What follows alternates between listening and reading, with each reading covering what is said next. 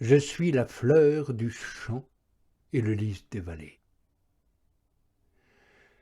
Je pense qu'en disant cela, l'époux songe à ceci. L'épouse a vanté le petit lit à cause des fleurs dont il est jonché. Pour qu'elle ne s'attribue pas comme venant d'elle-même les fleurs qui décorent le petit lit et embellissent la chambre nuptiale, l'époux réplique que c'est lui la fleur du champ, le lys des vallées. Car les fleurs ne viennent pas de la chambre, mais du champ. Tout ce qui brille et tout ce qui embaume existe par un don de l'époux et une participation à lui. Personne ne pourra donc faire des reproches à l'épouse et lui dire « qu'as-tu que tu n'aies reçu ?» Et si tu l'as reçu, pourquoi t'en glorifier, comme si tu ne l'avais pas reçu, mais produit. L'époux lui-même, amant, attentif et bienveillant, éducateur de sa bien-aimée, lui montre avec une douce complaisance à qui elle doit rapporter l'éclat dont elle se glorifiait et le parfum qui embaume son petit lit. « Je suis la fleur du champ, dit-il. De moi provient ce dont tu te glorifies. » Par ce passage nous est donné aussi l'avertissement très salutaire qu'il ne faut jamais se glorifier et que si quelqu'un se glorifie, qu'il se glorifie donc dans le Seigneur. Voilà pour la lettre du texte. Cherchons maintenant, avec l'aide de celui dont nous parlons, le sens spirituel qui se cache en cette lettre. Commençons par remarquer que la fleur peut se trouver en 3 endroits différents. Dans le champ, dans le jardin, dans la chambre nuptiale.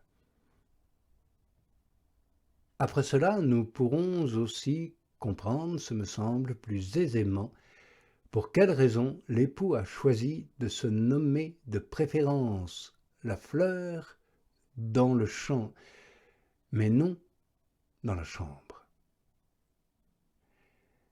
Dans la chambre, elle y répand son parfum et son éclat, mais elle n'y est pas dressée sur pied, comme dans le jardin ou dans le champ. Elle y est couchée parce qu'elle a été apportée là. Elle n'y est pas née. Aussi faut-il la remplacer souvent et amener toujours des fleurs fraîches, car elles ne gardent longtemps ni leur odeur ni leur beauté. Si, comme je l'ai dit dans l'évocation précédente, le petit lit jonché de fleurs est la conscience remplie de bonnes œuvres, tu vois certes, pour continuer la similitude, qu'il ne suffit pas de faire le bien une fois ou deux. Il faut sans cesse ajouter de nouvelles bonnes œuvres aux précédentes. Ainsi, ayant semé des bénédictions en abondance, tu en moissonneras aussi avec abondance. Sinon, la fleur de ta bonne œuvre se fane et languit. Tout son éclat et toute sa vigueur s'épuisent vite, si elle n'est pas constamment ravivée par des actes de miséricorde toujours renouvelés. Voilà pour la fleur en chambre. Mais au jardin, il n'en va pas ainsi. Au champ non plus. Ce n'est pas la même chose. Les deux procurent sans cesse aux fleurs qu'ils ont fait naître les sucs nécessaires pour que leur beauté naturelle dure longtemps. C'est leur point commun.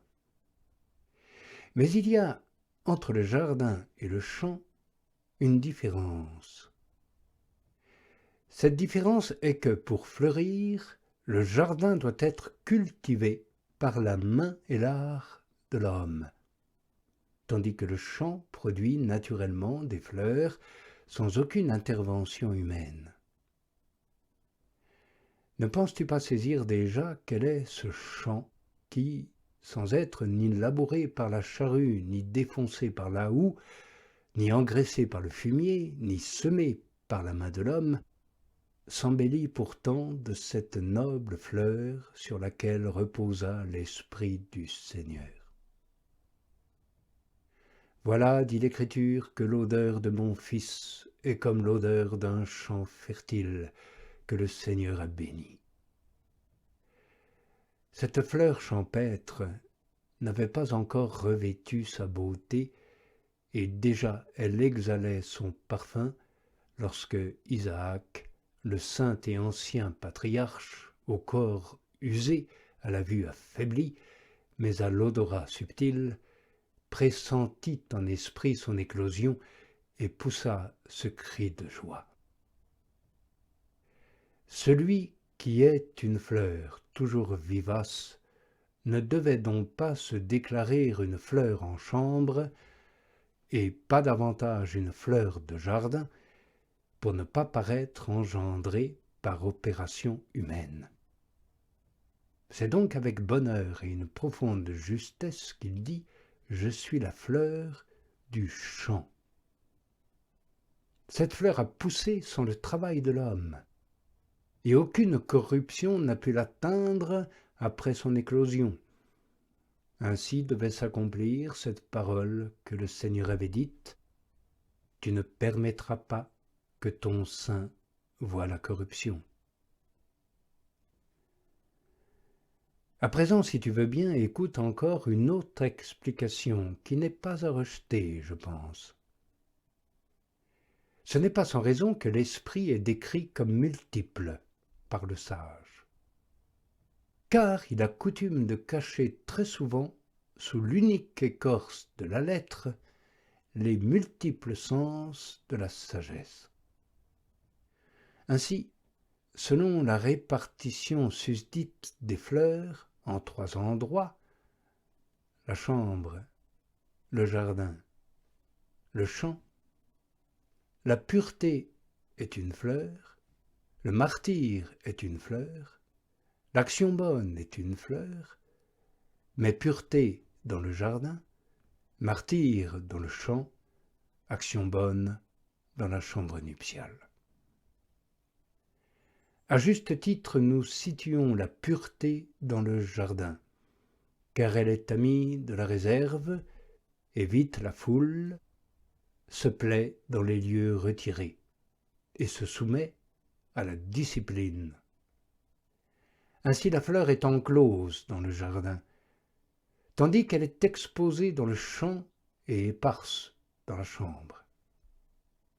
Le cantique dit « un jardin bien clos, une source scellée ».